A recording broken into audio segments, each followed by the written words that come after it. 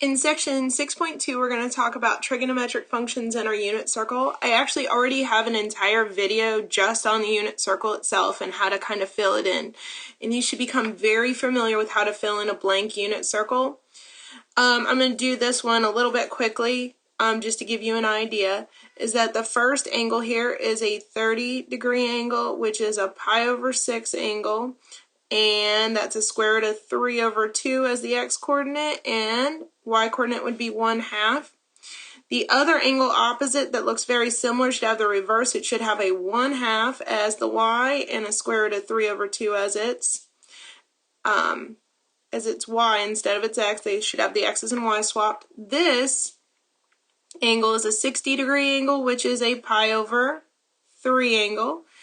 The angle in the middle is a 45-degree angle. This is the only one where the x and y are the same, so that's going to be the square root of 2 over the square root of 2 for both the x and the y. And this is our angle that is a pi over 4 in radians. And our starter angle is the x-axis, which is a 0-degree angle, which is at 0 radians or 0 pi. And this point is at 1, 0.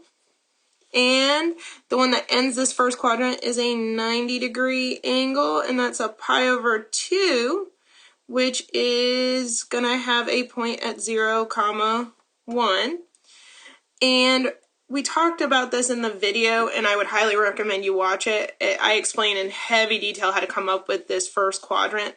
But once you have the first quadrant, all the other quadrants follow from this.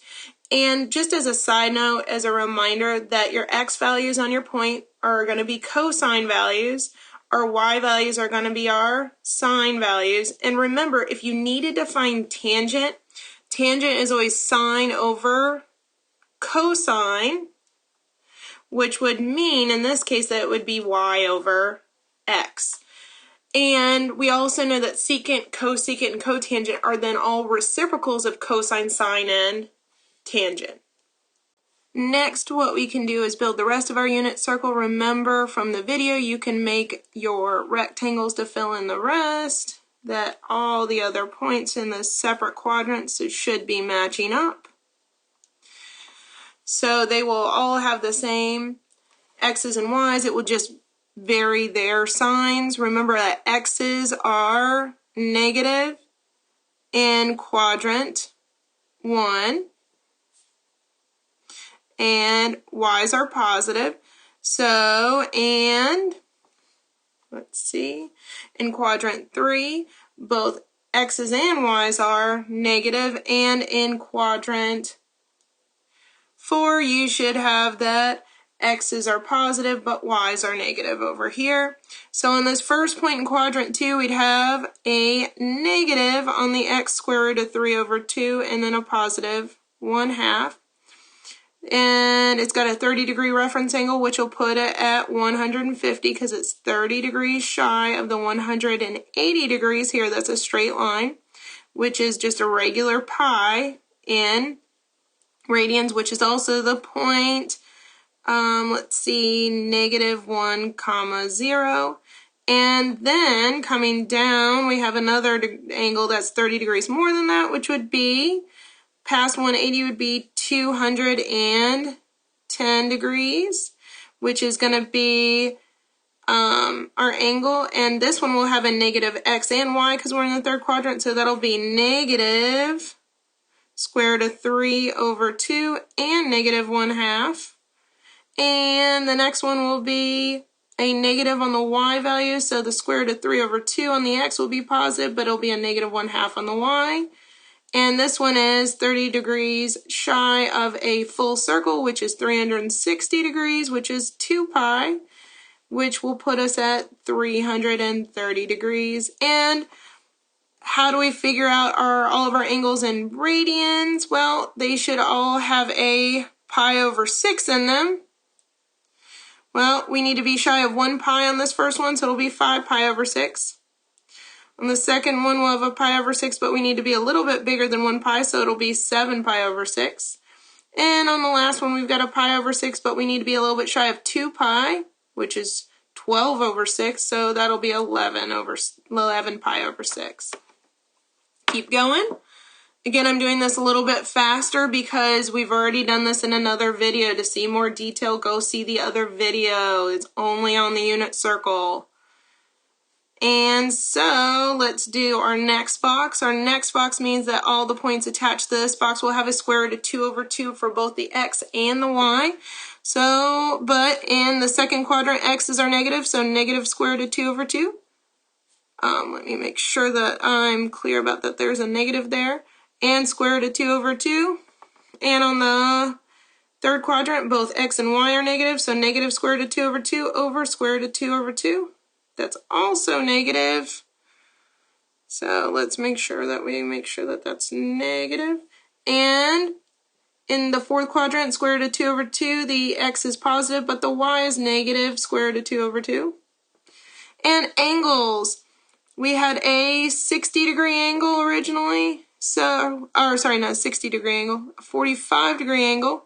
So it will have a 45-degree reference angle. So 45 degrees shy of 180 will put us at 135.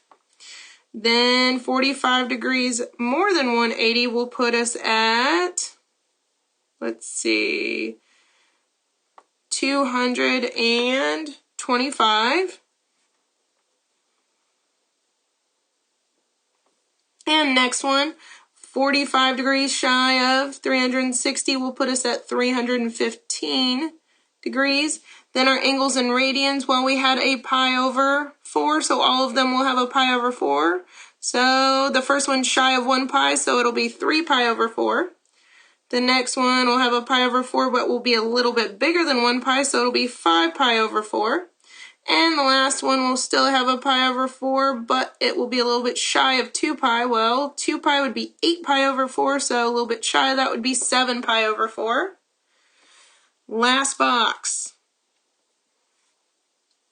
Let's see what our last box will give us. And let's see, gotta pick a new color here. Our last box. Again, we'll have the same x's and same y's, it's just the signs will be different. So we've got, let's see, a 1/2. Remember, x's are negative in the first quadrant, and then a square root of 3 over 2. In third quadrant, both are negative, so negative 1/2 and a negative square root of 3 over 2. And last quadrant, we've got a positive 1/2 and a negative square root of 3 over 2 because only y's are negative. And this time we've got a 60-degree angle. So let's see, putting out a 60-degree angle that we're going shy of 180 on the first one would put us at 120. The next one being 60 degrees more than 180 would put us at 240. And the last one putting us at 60 degrees shy of a full circle, which is 360, will put us at 300. And then doing the angles, remember all the angles for this one, it's pi over 3. So we'll have a pi over 3 in it. So just shy of 1 pi would put us at 2 pi over 3. For the next one, pi over 3, but being a little bit bigger than 1 pi will put us at 4 pi over 3. Last one, pi over 3, but a little bit shy of 2 pi, which is 6 pi over 3, so that'll put us at 5 pi over 3 if we want to be a little bit shorter than that. Now I did forget to fill in one here, and that's the one down at the very bottom in between quadrants 3 and 4, and that's going to be our 270 degrees, which is in between 1 pi and 2 pi, which is about a pi and a half, which is 3 pi over 2, because 3 over 2 is about 1.5. Actually, it's not about, it is 1.5. And then our point here is 0, -1. And that's everything. Again, on testing days, what you may want to do is before you even start the test, print out a blank unit circle. And then you cannot fill in the unit circle until you start your test, but show the camera that it's blank. Once you start testing, fill it out as quickly as you can, and then it's there as a reference. And remember that sine will be your x's. Or sorry, cosine will be your x's. Sorry, I've got it right on the paper and said it backwards. Cosine is going to be for our x's. And then we have our sine for our y's. If you need tangent, you're going to do the y, the sine value, over the cosine value, the x value. Just divide the two. The last thing is, if you want to find cosecant, secant, or cotangent, you just have to know what they're the reciprocals of. And as a reminder, the reciprocal of sine is cosecant. The reciprocal of cosecant is secant, of cosine is secant. And the reciprocal of tangent is cotangent. These are all reciprocals, which means take whatever your answer was and flip it upside down. Don't change the sign, just flip it upside down. And that's all you would need to do.